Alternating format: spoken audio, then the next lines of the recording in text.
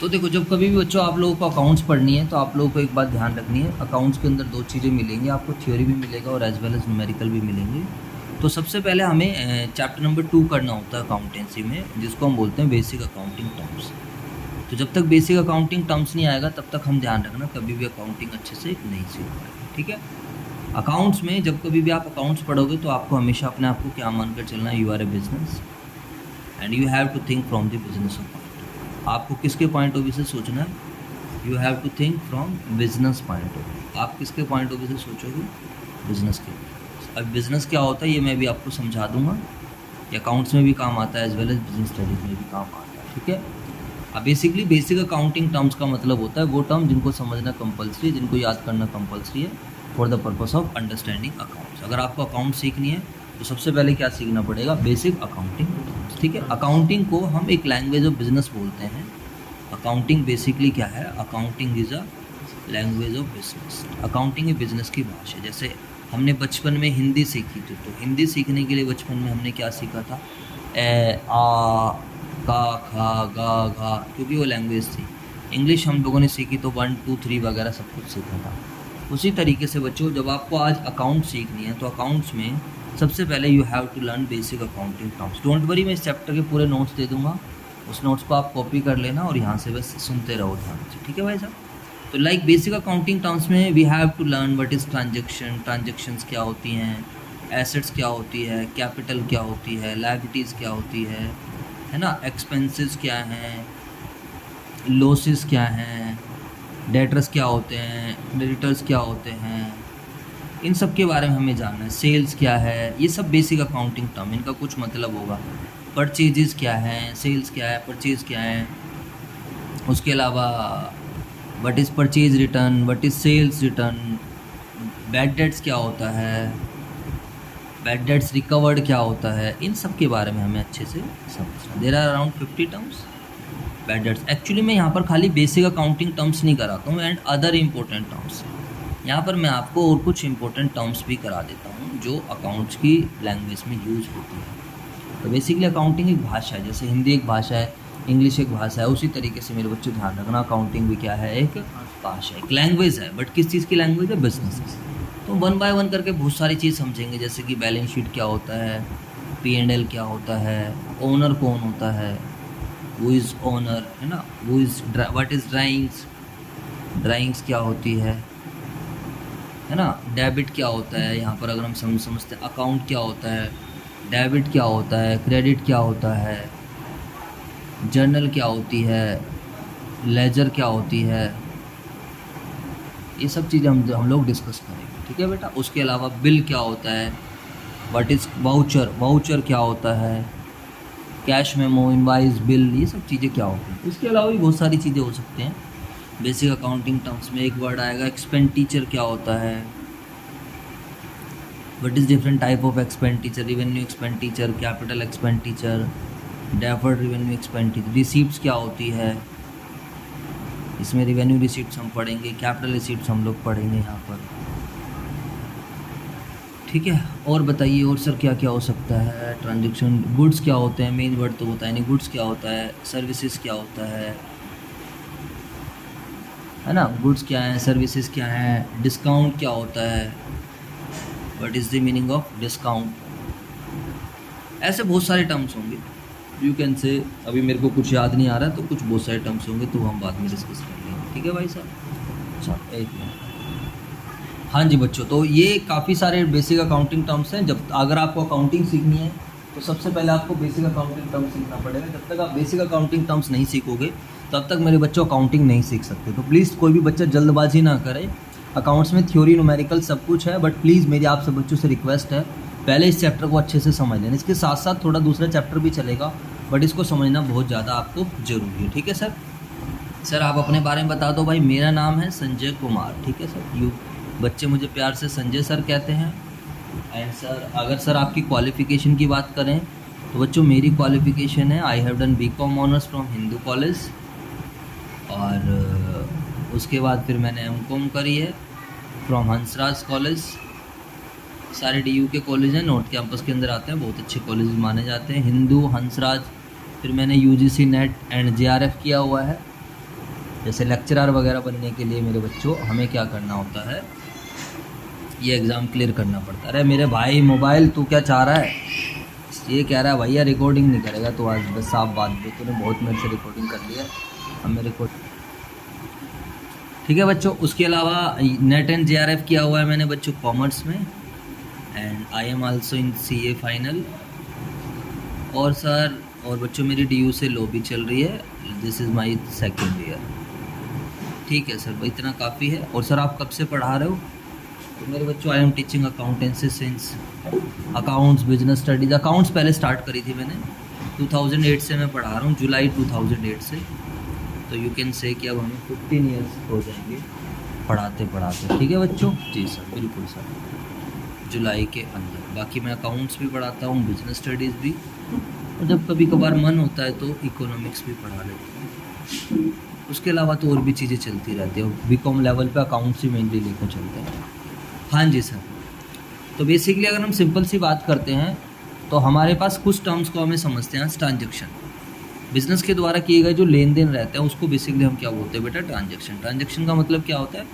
Exchange of goods and services. Transaction में generally दो parties का वो रहता है, बेसिकली लेन देन होता है। जैसे कि मैं अगर आपको समझाऊँ तो ट्रांजैक्शन क्या होती है? ट्रांजैक्शन का मतलब होता है exchange of goods and services.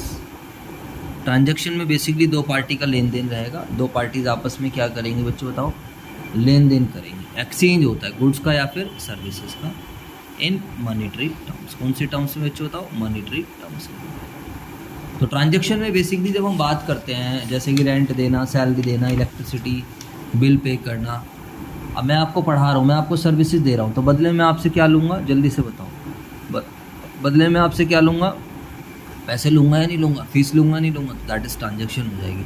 तो बिज़नेस हमेशा कुछ ट्रांजैक्शन करता है। जैसे कि अब मैं मोबाइल से वीडियो रिकॉर्डिंग भी कर रहा हूँ, फिर उसके बाद मैं इसको अपलोड करूँगा, तो अपलोड करेंगे जब हम इसको, तो क्या होता है? यूट्यूब भी कई बार हमें पैसे देता है, तो वो भी ट्रांजैक्शन है। सर हमें हर महीने इंटरनेट का बिल पे करना होता है, ट्रांजैक्शन है। बिजली का बिल, ये पंखा चल रहा है, ये बिल्डिंग हमारी नहीं है, रेंट देना होता है, सैलरी देनी होती है, इलेक्ट्रिसिटी बिल, ये सब क्या है? हमारी ट्रांजैक्शन। तो ट्रांजैक्शन बेसिकली बिजनेस के द्वारा किए गए लेन देन होते हैं। Exchange of goods and services दो पार्टीज़ के बीच में आते हैं, और ट्रांजैक्शन की वजह से ही अकाउंटिंग प्रोसेस स्टार्ट होता है। तो सबसे पहले ट्रांजैक्शन होती है, आफ्टर दैट अकाउंटिंग प्रोसेस आपका स्टार्ट होता है। समझ में आया नहीं? तो ट्रांजैक्शन है तो ये इकोनॉमी है, ट्रांजैक्शन है तो हम हैं, ट्रांजैक्शन है तो आप हैं, ट्रांजैक्शन है तो अकाउंटिंग है। अगर ट्रांजैक्शन नहीं होगी तो ध्यान रखना अकाउंटिंग नहीं हो पाएगी। ठीक है, तो सर इतना काफ़ी है? हाँ, जितना तो काफ़ी है बच्चों। आप नोट से कॉपी करोगे तो सब कुछ वहाँ पर पता चल जाएगा, डोंट वरी। गुड्स क्या होता है? गुड्स होता है बेसिकली वो आइटम जो एक बिजनेस खरीदता है for the purpose of resale और टू मेक फिनिश प्रोडक्ट। आपको मैंने पहले ही समझाया, आपको हमेशा अपने आप को बिजनेस मानकर चलना है। तो बिजनेस कुछ सामान खरीदता है आगे बेचने के लिए या फिर किसके लिए? फिनिश प्रोडक्ट बनाने के लिए। उसको हम बेसिकली क्या बोलते हैं? गुड्स। तो गुड्स फिजिकल आइटम होते हैं। What is the meaning of physical item? Physical items mean which can be touch, which can be seen, which have a physical existence. उसको हम क्या बोलते हैं? बेसिकली गुड्स बोलते हैं। ठीक है भाई साहब। तो गुड्स जैसे कि मान लेते हैं मेरा बिजनेस अगर टी-शर्ट्स बनाने का है, तो मैं रॉ मटेरियल लेकर आया, तो रॉ मटेरियल से मैंने फिनिश प्रोडक्ट बनाया, तो रॉ मटेरियल भी यहाँ पर गुड्स माने जाएंगे, एंड जो फिनिश गुड्स बनाया दैट इज आल्सो गुड। समझ में आया? रॉ मटेरियल सर फैब्रिक आपने खरीदा, फैब्रिक की प्रोसेसिंग करी, आपने कटिंग करी, स्टिचिंग करी, सब कुछ करा, आपने गुड्स बनाया। गुड्स हमेशा क्या रहता है? Tangible nature, can be touch, can be seen, which have a physical. Goods को हम अलग कर सकते हैं। आप जैसे कि आप किसी की दुकान पे गए, आपने वहाँ पर जाकर क्या करा? वो मोबाइल खरीद लिया, तो वो जो मोबाइल बेच रहा है वो बेसिकली गुड्स है। गुड्स बेसिकली वो फिजिकल आइटम्स होते हैं जिसमें एक बिजनेस क्या करता है? डील करता है। गुड्स हर एक बिजनेस के लिए अलग अलग रहते हैं। ध्यान, जैसे कोई आइसक्रीम वेंडर है तो उसके लिए गुड्स क्या हो जाएंगे? आइसक्रीम। बाहर परचून की दुकान है तो उसमें जो चीनी, चावल, नमकीन, बिस्किट्स है वो क्या हो जाएंगे? गुड्स। स्टेशनरी शॉप के लिए गुड्स क्या हो जाएगा? Pen, pencil, register. लेकिन स्टेशनरी शॉप में पंखा भी लगा हुआ है, पंखा गुड्स नहीं है, उसको हम आगे जाके एसेट्स का नाम देंगे, फिक्स एसेट्स का। हाँ, जो बेसिकली सेल करने के लिए है या फिर फिनिश प्रोडक्ट बनाने के लिए, डिपेंड करता है हमारा बिजनेस कौन सा है। अगर हमारा मैन्युफैक्चरिंग बिजनेस है तो उस केस में हम जो कच्चा माल भी लेकर आ रहे हैं, तैयार माल बना, वो भी क्या माने जाएंगे? गुड्स माने जाएंगे। ठीक है बच्चों, इससे ज़्यादा की जरूरत नहीं है। सर्विसेज क्या होती है? सर्विसेज इंटेंजिबल की होती है। Services intangible, what is the meaning of intangible? Which can not be touch, which can not be seen, and which do not have any physical existence. जैसे मैं आपको पढ़ा रहा हूँ, it can not be touch, it can not be seen, इसका कोई physical existence नहीं है। सर्विसेज से आपको एक एक्सपीरियंस मिलता है, अनुभव मिलता है। अच्छा अनुभव मिलेगा देन यू विल कंटिन्यू। अगर आपको अच्छा अनुभव नहीं मिलेगा तो आप कंटिन्यू नहीं करो। आप किसी बार्बर शॉप पे गए, कटिंग वटिंग कराई, मसाज कराई और वो जो भी था फेशियल वगैरह कराया, आपको मज़ा आ गया भाई साहब, देन आप वहाँ से सर्विसेज लेकर। कई बार क्या होता है कटिंग अच्छी, अरे यार बेकार है, पैसे वेस्ट हो गए, तो हम दोबारा वहाँ नहीं जाते हैं। तो services can never be separated, services को हम कभी भी अलग नहीं कर सकते। जैसे कि मैं आपको पढ़ा रहा हूँ, आज से पहले 15 सालों से हम पढ़ा रहे हैं, तो ऑब्वियस सी बात है कितनी बार मैं चैप्टर पढ़ा चुका। अभी आप नए बच्चे आए हो, आपको पढ़ा रहा हूँ, फिर कोई नया बच्चा आएगा, फिर मुझे उसको ये सब चीज़ करानी पड़ेगी, समझ में आया नहीं? तो इसको हम बोलते हैं बेसिकली सर्विस। तो सर्विसेज कैन नेवर बी क्या आप मेरे से कुछ आज अलग कर लोगे? नहीं, you can't separate anything from me. मेरे से क्या अलग करके ले जाओ? कुछ थोड़े। आप यहाँ से बस खाली क्या लेकर जाओगे? अनुभव लेकर जाओगे, नॉलेज लेकर जाओ, दैट इज़ अनुभव। तो डिस्काउंट तो बाद में समझेंगे। बिजनेस क्या होता है, बिजनेस की अभी हम डिस्कशन करते हैं। What is the meaning of business? तो बिजनेस बेसिकली एक प्लेटफॉर्म होता है, बिजनेस एक जरिया होता है जिसमें दो काम होते हैं, इन विच गुड्स की परचेज सेल होती है, जहाँ पर गुड्स को खरीदा और बेचा जाता है, और सर्विसेज को क्या करा जाता है? प्रोवाइड किया जाता है। सर्विसेज को क्या करा जाता है? प्रोवाइड किया जाता है ऑन अ रेगुलर बेसिस। कौन से बेसिस पर बच्चों? बताओ, रेगुलर। तो रेगुलर बेसिस पर जो हम काम धंधा करते हैं, रेगुलर बेसिस पर किया जाने वाला काम या धंधा जिसमें सामान बेचा जाए या फिर सर्विसेज दी जाए for the purpose of earning profit. Profit कमाने के लिए किया जाने वाला काम या धंधा जिसमें सामान बेचा जाता है या फिर सर्विसेज दी जाती है, उसको प्यार से हम क्या बोलते हैं मेरे बच्चों? बिजनेस बोलते हैं। समझ में आई बात या नहीं है? ठीक है। अब संजय क्लासेस एक बिजनेस है, क्योंकि संजय क्लासेस रेगुलर बेसिस पर क्या कर रहा है? सर्विसेज दे रहा है, and for the purpose of earning profit. Side में परचून की शॉप है, वो एक बिजनेस है, क्योंकि वो रेगुलर बेसिस पर सामान बेच रहे हैं for the purpose of earning profit. तो रेगुलर बेसिस पर किया जाने वाला वो काम या धंधा जिसमें प्रॉफिट्स कमाना मोटिव हो, उसको हम क्या बोलते हैं? बिजनेस। जो कि आप बिजनेस स्टडीज़ में भी पढ़ोगे कि वो उस तरीके की इकोनॉमिक एक्टिविटीज़ जो मेन मोटिव प्रॉफिट्स करने के लिए की जाती है रेगुलर बेसिस पर, उसको प्यार से हम क्या बोलते हैं? बिजनेस। समझ में आया? अब बिजनेस कई तरीके का होता है और वो मैंने आपको बातों बातों में समझा भी दिया है, अगर आपको याद हो तो। बिजनेस में एक आपको ट्रेडिंग बिजनेस देखने को मिलेगा, एक बिजनेस आपको कौन सा देखने को मिलेगा? Manufacturing business. और तीसरा कौन सा बिजनेस है मेरे बच्चों आपको देखने को मिलेगा? Service business. कौन सा बिजनेस मेरे बच्चों? ट्रेडिंग बिजनेस, जैसा कि नाम ही पता चल रहा है, सामान खरीदा, एज इट इज सामान खरीदा और आगे बेच दिया, तो इस वाले बिजनेस को हम क्या बोलेंगे? ट्रेडिंग। जैसे कि साइड में परचून की शॉप है, सैनी स्टेशनरी है, तो इस तरीके के बिजनेस को हम क्या बोलते हैं? ट्रेडिंग। वेयर वी परचेज, जो हम जैसे कि अब स्टेशनरी ने पेन खरीदा तो उन्होंने जैसा पेन खरीदा आगे वैसा का वैसे क्या कर दिया, इसको सेल आउट कर दिया, वो trading. But is manufacturing business, जहाँ पर हम पहले रॉ मटेरियल लाएंगे, रॉ मटेरियल की प्रोसेसिंग करेंगे एंड देन फिनिश प्रोडक्ट्स बनाएंगे, फिर बेचेंगे, तो वाला बिजनेस क्या बनेगा? Manufacturing. And what is service business? जहाँ पर कोई सामान ही नहीं बेचा जाता है, where we provide the services. Like for example, I am not selling you anything, क्या मैं आपको कुछ बेच रहा हूँ? Nothing, but I am rending the service. तो संजय क्लासेस बच्चों को क्या दे रहा है? सर्विसेज। ऐसे बार शॉप है, they are selling they are providing the services. समझे? तो सर्विस में आपको हमेशा बिजनेस के पॉइंट ऑफ व्यू से सोचना है। तो बिजनेस में जो ट्रांजेक्शन्स होती हैं, ध्यान रखना, इन्हीं ट्रांजेक्शन्स को हम रिकॉर्ड करते हैं, इन्हीं ट्रांजेक्शन्स को हम क्या करते हैं? रिकॉर्ड। एक बिजनेस में काफ़ी सारे ट्रांजेक्शन होते हैं। मान लो अब संजय क्लासेस में 100 बच्चे आ रहे हैं, तो 100 बच्चे फीस दे रहे हैं, वो ट्रांजेक्शन्स हो रही है, रेंट हमें पे करना है, सैलरी पे करनी, इलेक्ट्रिसिटी बिल पे करनी, मशीनरी कर, ये सब क्या हो रहा है? इन ट्रांजेक्शन्स को जो हम एंटर करते हैं, जब हम ट्रांजेक्शन्स को एंटर करते हैं बुक्स ऑफ अकाउंट में, तो the process of entering the business transaction in the books of account is known as recording. तो व्हाट इज रिकॉर्डिंग? कोई आपसे पूछे रिकॉर्डिंग क्या होते हैं? लाखों करोड़ों ट्रांजेक्शन को बुक्स ऑफ अकाउंट्स में एंटर करने के प्रोसेस को हम क्या बोलते हैं? रिकॉर्डिंग। और रिकॉर्डिंग हम जिस बुक में करते हैं, the book in which transactions are recorded is known as journal, जो कि मैंने यहाँ पर लिखा था। एक हम रजिस्टर बनाते हैं, किताब बनाते हैं, where we record all the transactions by following some rules, जो कि हम आगे जाके हम एक चैप्टर में पढ़ेंगे। आई थिंक चैप्टर 8 है आप लोगों का जर्नल का, वहाँ पर हम डिस्कस करेंगे। तो जर्नल कोई आपसे पूछे व्हाट इज जर्नल, तो जर्नल वो किताब है जिसमें हम ट्रांजेक्शन्स को डेट वाइज क्या करते हैं? रिकॉर्ड करते हैं। समझ में आया कुछ या नहीं है? जी सर।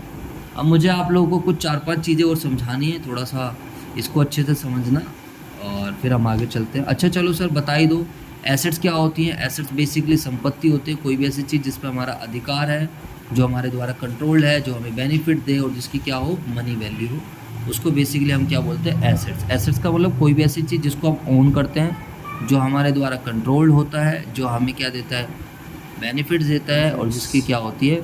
मनी वैल्यू होती है, उसको हम क्या बोलते हैं? एसेट। ठीक है, जैसे आपके पास मोबाइल फ़ोन होगा तो मोबाइल आपकी एसेट्स है, बेसिकली फ्यूचर इकोनॉमिक बेनिफिट, जिस चीज़ का अभी हमें फ्यूचर में बेनिफिट मिलेगा वो हमारी एसेट्स होती है। लेकिन ध्यान रखना उस पर आपके द्वारा वो ओन होनी चाहिए, आपके द्वारा वो कंट्रोल होनी चाहिए।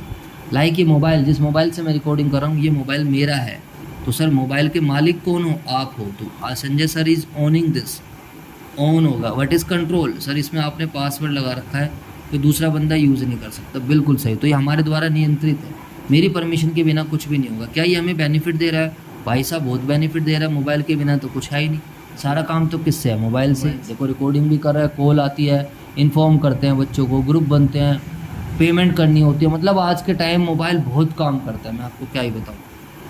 यस, क्या इसकी मनी वैल्यू है? यस, इसकी मनी वैल्यू है। समझ में आया नहीं है? तो इन सबको प्यार से हम क्या बोलते हैं? एसेट्स। कई तरीके की एसेट्स होगी, उसको हम बाद में समझेंगे। लेकिन अगर हम बिज़नेस के पॉइंट ऑफ व्यू से बात करें तो बिज़नेस में एसेट्स क्या क्या देखने को मिलेंगी? लैंड है, बिल्डिंग है, ठीक है बच्चों। लैंड, बिल्डिंग, मशीनरी, फर्नीचर, ये सब हमारे लिए एसेट्स रहेंगे। आपके पास कैश पड़ा हुआ है, कैश इन हैंड, आपके पास खुद की जेब में कुछ पैसा है, आपके बैंक में पैसा पड़ा हुआ है, तो ये सब आपकी एसेट्स। स्टॉक भी इवन आपकी एसेट्स होते हैं। डेटर्स होते हैं। डेटर्स कौन होता है? जिन्हें हम उधार सामान बेचते हैं। डेटर्स वो लोग होते हैं the person to whom we sold the goods on credit. तो ये क्या होते हैं? हमारे एसेट्स। समझ में आया कुछ है? नहीं है? पक्का भाई, क्लियर है बातें? चलो सर, आपने हमें एसेट समझाया, बहुत बहुत धन्यवाद सर आपका। अरे अभी सब समझा देंगे, टेंशन मतलब। What is the meaning of capital? बताइए कैपिटल क्या होती है? कैपिटल बहुत ज़्यादा आसान चीज़ है। कैपिटल ओनर जो होता है, इससे पहले हम एक ओनर समझ लेते हैं। ओनर बिजनेस के अंदर जो भी पैसा लगाता है, ओनर बिजनेस में जो भी पैसा लगाता है या जो भी एसेट्स लगाता है, उसको हम प्यार से क्या बोलते हैं? कैपिटल। उसको हम प्यार से क्या बोलते हैं? हम कैपिटल। वो इज़ द ओनर। ओनर कौन होता है? जल्दी से बताओ, ओनर का क्या मतलब होता है? What is the meaning of owner? Owner का मतलब वो व्यक्ति होता है जो बिज़नेस में पैसा लगाता है, जो बिज़नेस के क्या करता है? रिस्क उठाता है, और जिसे बिज़नेस का क्या मिलना होता है? प्रॉफिट और लॉस। सारे प्रॉफिट और losses always belongs to the owner. Owner को हम हिंदी में क्या बोलते हैं? मालिक बोलते हैं। ओनर को हिंदी में क्या बोलते हैं? मालिक। समझ में आया? अगर सोल प्रोप्राइटरशिप बिजनेस है, अगर सोल प्रोप्राइटरशिप बिजनेस हम उसमें पढ़ेंगे बिजनेस स्टडीज़ में, एक ऐसा बिजनेस जहाँ पर एक इंडिविजुअल व्यक्ति बिजनेस को चलाता है। तो सोल प्रोप्राइटरशिप बिजनेस में ओनर को हम क्या बोलते हैं? प्रोप्राइटर। ओनर को हम क्या बोलते हैं? प्रोप्राइटर। ठीक है, सोल प्रोप्राइटरशिप समझ में आया? जहाँ पर एक अकेला व्यक्ति बिजनेस को चला रहा होगा। एक बिजनेस कौन सा होगा? Partnership business. कौन सा बिजनेस? पार्टनरशिप। ये तो नाम ही पता चल रहा है। तो जहाँ पर दो या दो से ज़्यादा लोग मिलकर बिजनेस को रन कर रहे होंगे वो। तो पार्टनरशिप बिजनेस में हम ओनर को प्यार से क्या नाम दे देंगे? पार्टनरशिप बिजनेस में ओनर को प्यार से बोला जाएगा पार्टनर। क्या नाम बोला जाएगा? पार्टनर। और अगर कंपनी वाला बिजनेस है, कौन सा बिजनेस है? कंपनी, जो कि हम बिजनेस स्टडीज़ में अच्छे से डिस्कस करेंगे। अकाउंट्स में मैं आपको ये सब अच्छे से नहीं बताऊँगा खैर, क्योंकि this is not the part of syllabus in accountancy. Partnership और कंपनी के अकाउंट्स आप क्लास 12th में बनाना सीखोगे। कंपनी में जो ओनर रहता है उसको प्यार से हम क्या बोलते हैं मेरे बच्चों? Share holder. क्या बोलते हैं? शेयर होल्डर का मतलब मालिक, जो कंपनी में पैसा लगाता है। ठीक है भाई साहब, क्लियर हो गई बात? एक एक करके हम अपने वर्ड्स को समझते रहेंगे और आपको बड़ा मज़ा आएगा। ठीक है जी सर? जी सर, ओनर का मतलब बिल्कुल क्लियर हो जाता है। इसके बाद चलते हैं सर, ओनर जो बिजनेस में पैसा लगाता है ना बेटा, वो जो पैसा या उसने चीज़ें लगाई उसको हम क्या बोलते हैं? कैपिटल। कैपिटल को हिंदी में क्या बोला जाता है? पूंजी। इट इज़ द अमाउंट और assets invested bye owner into the business. समझ में आई बात? एक बात आप हमेशा ध्यान रखना, मैं यहाँ पर आपको एक बात समझा रहा हूँ, एक आप आगे जाकर एक कॉन्सेप्ट पढ़ोगे, business entity concept. Business entity concept कहता है business and owner are two separate person. Business entity concept क्या कहता है? Business and owner are two separate person. ये दोनों अलग अलग लोग हैं। तो आपको कभी भी ट्रांजेक्शन्स रिकॉर्ड करनी है तो आपको हमेशा किसके पॉइंट ऑफ व्यू से रिकॉर्ड करनी है? बिजनेस के पॉइंट ऑफ, ना कि किसके पॉइंट ऑफ व्यू से? ओनर के पॉइंट ऑफ। समझ में आया? जैसे कि मैं आपको समझाऊं तो संजय सर अलग हैं और संजय क्लासेस क्या है? अलग है। इस बात को आपको ध्यान, हम दोनों अलग अलग है। We both are separate person, we have to record. जब इसलिए मैंने आपको बोला आपको हमेशा किसके पॉइंट ऑफ व्यू से सोचना है? बताओ। इसीलिए बोला कि आपको बिजनेस के पॉइंट ऑफ व्यू, क्योंकि जब ट्रांजेक्शन्स होती है ना वो बिजनेस की होती है, किसी ओनर की ट्रांजेक्शन नहीं होती। आई बात समझ? आपको बिजनेस के पॉइंट ऑफ व्यू से सोचना है। तो संजय सर और संजय क्लासेस दोनों अलग अलग हैं। संजय सर अगर बिजनेस में कुछ भी पैसा लगाते हैं तो या कोई भी चीज़ें लगाते हैं तो संजय क्लासेस उसको अपना नहीं मानता है। संजय क्लासेस उसको कर्जे की तरह ट्रीट करता है। और ये बात हमें किसने सिखाई है? Business entity concept. ये बात हमें किसने सिखाई है मेरे बच्चों? Business entity concept. समझ में आया कुछ नहीं है? ठीक है, धीरे धीरे और भी चीज़ें क्लियर हो जाएंगी, नो प्रॉब्लम। इसके बाद कैपिटल। अच्छा sir, capital is also known as, capital को हम दूसरे नाम से भी जानते हैं। कैपिटल का एक दूसरा नाम भी है, कैपिटल को हम नेटवर्थ के नाम से भी जानते हैं। और कैपिटल को हम किस नाम से भी जानते हैं, ओनर्स इक्विटी के नाम से भी जानते हैं। कैपिटल जान सुनो, ओनर्स इक्विटी, नेटवर्थ या फिर ओनर्स इक्विटी, ठीक है जी। इसके बाद अगर हम चलते हैं, what is the meaning of liabilities. Liabilities का मतलब होता है कर्जा। लायबिलिटीज़ का सिंपल सा मतलब होता है कर्जा, वो अमाउंट जिसकी वजह से बिजनेस ओव्ड हुआ है, जो बिजनेस के सर पे कर्जा है उसको हम बोलते हैं बेसिकली लायबिलिटीज़। यानी कि जो पैसा हमने किसी को पे करना है उसको हम क्या बोलते हैं, बेसिकली लायबिलिटीज़, ठीक है भाई साहब। इसके अंदर क्रेडिटर्स, बीपी, लोन सब कुछ आ जाएंगे। टाइप ऑफ लायबिलिटीज़ मैं आपको समझाऊंगा, बट वो नेक्स्ट वीडियो में समझेंगे, अदरवाइज़ तो ये थोड़ी ज़्यादा बड़ी हो जाएगी, ठीक है बच्चों। तो अभी हम बस खाली आइडिया ले रहे हैं। तो लायबिलिटीज़ का मतलब बेसिकली क्या होता है, कर्जा। बिज़नेस ने कहीं से सामान उधार लिया, या बिज़नेस ने कहीं से सर्विसेज उधार ली, बिज़नेस ने कहीं से लोन ले लिया, या क्रेडिटर्स हो गए जिनसे हम उधार सामान खरीदते हैं, उनको हम क्या बोलते हैं, बेसिकली क्रेडिटर्स, ठीक है। कोई आउटस्टैंडिंग एक्सपेंस है, मैंने एक्सपेंसेस की पेमेंट नहीं करी, जैसे कि मान लो मैं 10 महीने से इस बिल्डिंग में रह रहा हूँ बट आई डिडंट पे द पेमेंट, मैंने इनकी पेमेंट नहीं करी, तो ये क्या हो जाएगा हमारे लिए बेसिकली, ठीक है भाई सब क्लियर है। बकाया खर्चे, तो ये सब हमारे लिए कर्जा, ठीक है बच्चों। बेसिकली लायबिलिटी 3 तरीके की मिलेगी जिसको हम डिस्कस करेंगे। एक करंट लायबिलिटीज़ रहेगी, एक नॉन करंट लायबिलिटीज़ रहेगी, और एक कौन सी लायबिलिटी रहेगी, कंटीजेंट लायबिलिटीज़। कौन सी लायबिलिटी रहेगी आपकी, CONTIN, कंटीजेंट लायबिलिटीज़। तो इसको हम बाद में डिस्कस करेंगे। उसके अलावा एक्सपेंसेस तो बच्चों वाली चीज़ है। What is the meaning of expenses, खर्चा। क्या होता है एक्सपेंसेस का मतलब, खर्चा। बिजनेस को चलाने के लिए जो हमें पैसा खर्च करना होता है उसको हम एक्सपेंसेस बोलते हैं। रेंट, सैलरी, इलेक्ट्रिसिटी, वेजेस, ये सब क्या होते हैं हमारे एक्सपेंसेस। आपको बिजनेस रन करना है तो आपको एक्सपेंसेस करना पड़ेगा। लॉसेस का मतलब क्या होता है, घाटे। जो कोई चाहता नहीं है लेकिन हो जाते हैं उसको हम बोलते हैं लॉस। लॉस बेसिकली कब होते हैं, जब आपका रिवेन्यू जो होता है वो बेसिकली एक्सपेंसेस से क्या होता है, कम होता है। एक वर्ड रहता है रिवेन्यू, एक वर्ड कौन सा आता है मेरे बच्चों, revenue. What is the meaning of revenue. जैसे कि मान लो मैं आपको पढ़ाऊंगा तो आपको पढ़ा के जो मुझे टोटल फीस मिलेगी, या हम संजय क्लासेस में 100 बच्चों को पढ़ाते हैं और मान लेते हैं एक बच्चे से हम 1000 रुपये लेते हैं। For example, if we are taking 1000 rupees from a student and 100 students are we are teaching, then the total revenue of Sanjay classes will be 1 lakh per month. समझ में आई बात नहीं है। तो 1 लाख जो हमारे पास टोटल अमाउंट कलेक्ट हो रहा है, जो टोटल अमाउंट हमारे पास आ रहा है, उसको हम बेसिकली क्या बोलते हैं, रिवेन्यू। अब रिवेन्यू में से सारे एक्सपेंसेस घटा देते हैं। मान लेते हैं कि हमारा 80,000 रुपये का महीने खर्चा हो जाता है, then the result will be known as profit. Profit क्या होता है, रिवेन्यू में से जो हम एक्सपेंसेस को माइनस करते हैं वो क्या बनता है मेरे बच्चों, प्रॉफिट बनता है। समझ में आया। और अगर आपके एक्सपेंसेस ज़्यादा है, इनकेस अगर आपके एक्सपेंसेस ज़्यादा है रिवेन्यू से, तो बताइए हमें प्रॉफिट होगा या लॉस होगा, लॉस होगा। समझ में आई बात। तो लॉस, बैड डेट्स भी हमारा लॉस होता है, कुछ पैसा हमारा डूब जाता है, जो लोग पैसे नहीं देते उसको हम बोलते हैं डेटर। डेटर कौन होते हैं, अब देखो कुछ टर्म्स रहते हैं जो गुड से रिलेटेड है। अगर मैं आपको यहाँ पर समझाऊँ, लाइक गुड्स से रिलेटेड कुछ टर्म्स होते हैं। तो गुड्स आप सब बच्चों को पता है, वो सामान जो हमने ख़रीदा आगे बेचने के लिए या फिर फिनिश प्रोडक्ट वगैरह बनाने के लिए। तो गुड्स से related there are certain terms. एक टर्म होता है परचेजेस, एक टर्म्स क्या होता है सेल। जब कभी भी हम गुड्स को परचेज करेंगे तो whenever we purchase the goods we always open the purchase. तो परचेज एक अकाउंटिंग टर्म है। इंग्लिश वाला मत समझना कि परचेज खरीदना भी होता है, यस वो तो है ही, बट अकाउंट्स में ध्यान रखना, जब कभी भी हम गुड्स को परचेज करेंगे तो हम हमेशा कौन सा अकाउंट बनाने वाले हैं, परचेजेज। तो परचेजेज एक अकाउंटिंग टर्म भी है। कौन सा टर्म है बेटा, अकाउंटिंग टर्म, जो किसके लिए यूज़ होगा, use for purchase of goods. किसके लिए यूज़ होगा, use for purchase of goods. Goods को खरीदने के लिए जो हम टर्म यूज़ करेंगे।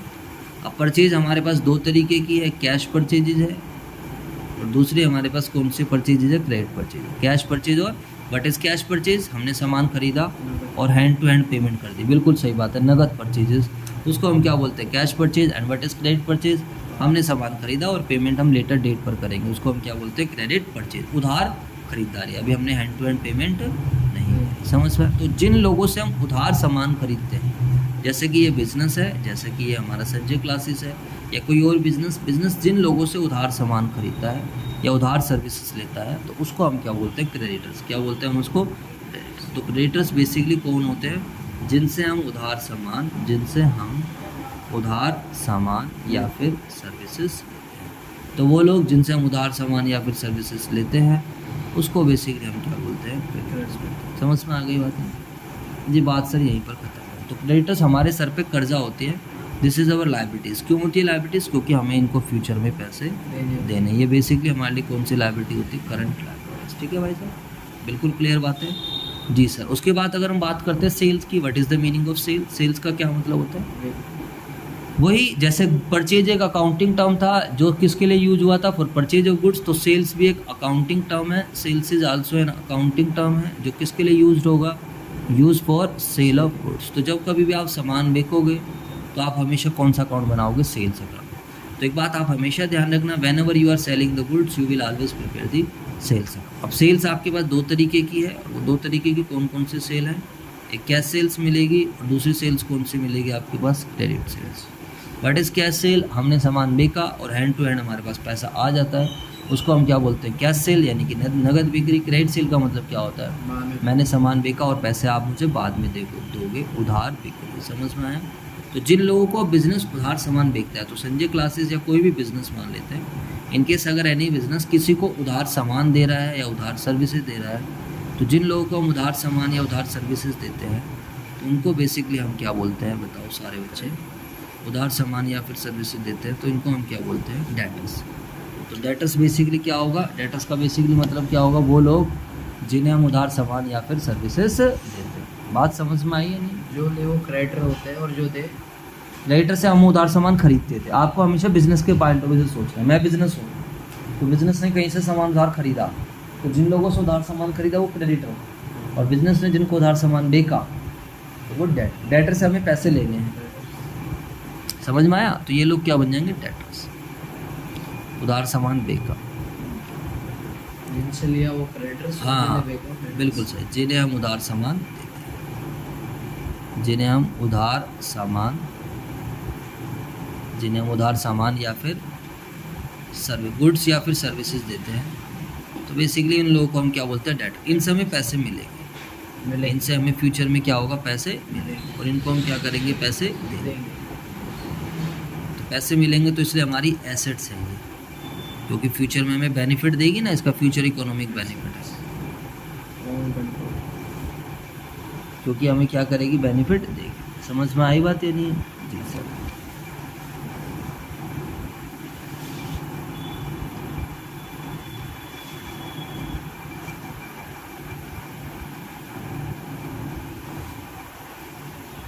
हाँ जी सर, बिल्कुल क्लियर बात है जी, कोई टेंशन नहीं है। अब डाटा से रिलेटेड कुछ टर्म्स होते हैं, जैसे कि सोलवेंट होता है, इंसोलवेंट होता है, बैड डेट्स होता है। व्हाट इज सोलवेंट, अच्छे लोग, उनके पास पैसा लेने गए तो वो हमें पैसा टाइम से दे देते हैं।